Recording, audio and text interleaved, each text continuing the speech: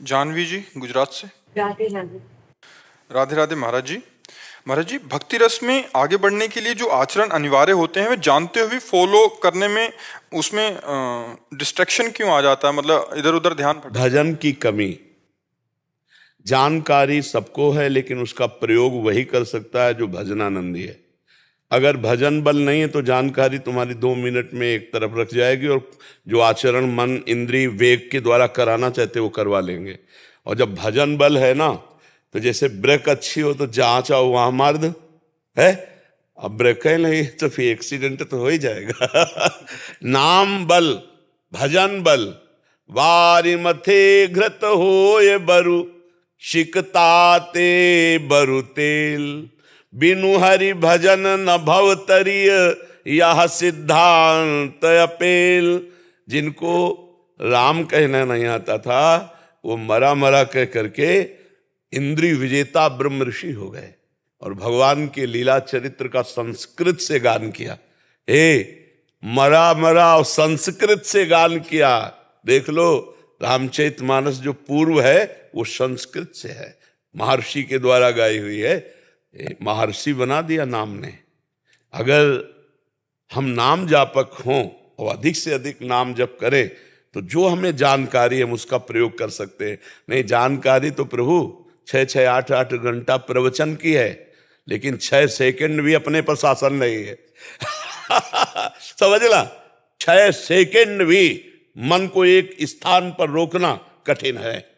6 second, इतना अंतर है अध्यात्म और अध्यात्म की चर्चा। अध्यात्म में स्थित होना तो विनिवृत्त कामा, अध्यात्म नित्या तो विनिवृत्त। अध्यात्म का स्वरूप क्या है? कामनाओं का नाश हो जाना, कामनाओं का त्याग हो जाना। आज हम अध्यात्म की चर्चा कामनाओं की पूर्ति के लिए करते हैं, अर्थ पूर्ति, प्रणाम नमस्कार की पूर्ति, वाह वाह की पूर्ति, ये सब, ये अध्यात्म नहीं है। अध्यात्म कंचन कामिनी कीर्ति तीनों पर विजय प्राप्त करने के लिए है, स्थूल सूक्ष्म कारण तीनों से राग मिटाने के लिए। पर वो भगवान का कृपा पात्र, गुरु कृपा पात्र इस रहस्य को समझ पाता है? नहीं, वो भी अपने को आध्यात्मिक समझता है। आध्यात्मिक समझते हुए अपनी वासनाओं का पोषण करता रहता है और अपने को आध्यात्मिक समझता है। और अध्यात्म दूसरी बात है। अध्यात्म है जितना अनात्म है उसका त्याग कर अध्यात्म में स्थित होला।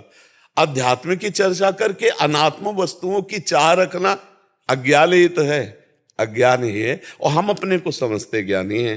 तो यही भ्रम मिटाने के लिए भजन है। भगवान का जो मार्ग है वो एक अलग मार्ग है। वो ये सब बाजार से एक अलग चीज है। भगवान बाजारू चीज नहीं है। रुपया पैसा जितनी तुम्हारी कमाई है उससे भगवान मिलने वाले नहीं। नहीं तो खरीद लेते लोग ना भगवान को, पदाधिकारी भगवान को खरीद लेते, धनी मानी लोग भगवान को खरीद लेते। भगवान की सृष्टि में मृत्यु लोक में एक पर्वत है सुमेरु, 4 लाख योजन का है। उनको तुम किलो 2 किलो मन 2 मन सोना दे के क्या खरीदोगे यार? उनके तो पर्वत ऐसे हैं इसी भूमंडल पर। फिर तो अनंत ब्रह्मांड है। दिखरावा माते तीन अद्भुत रूप प्रचंड, रोम रोम प्रति लागे कोटि कोटि ब्रह्मांड। उनको अगर पकड़ना है तो एकमात्र उपाय है भजन।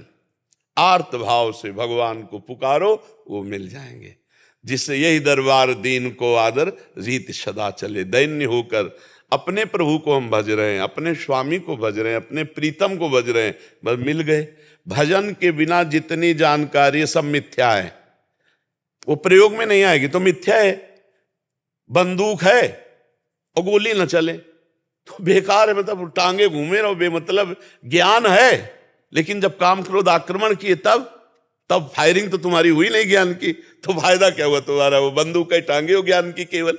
तो हमारे अंदर जो जानकारी है उसका प्रयोग तभी होगा जब हम अच्छे से भजन करेंगे, पवित्र आचरण करेंगे, पवित्र भोजन करेंगे, पवित्र व्यवहार करेंगे, तो परम पवित्र उत्तम श्लोक भगवान की कृपा से माया पर विजय प्राप्त कर लेंगे। मामेव ये प्रपद्यन्ते माया में ताम तरन्ते। समझ में आया?